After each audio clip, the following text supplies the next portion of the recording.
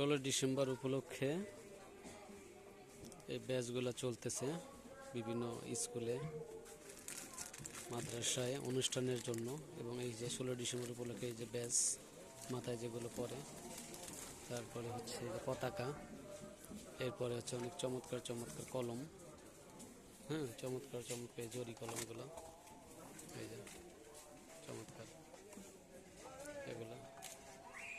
এবং ঠান্ডা কাশির জন্য আছে চুইং জিঞ্জার, জষ্টি মধুর চকলেট, বিভিন্ন প্রোডাক্ট আমাদের মাঝে আছে।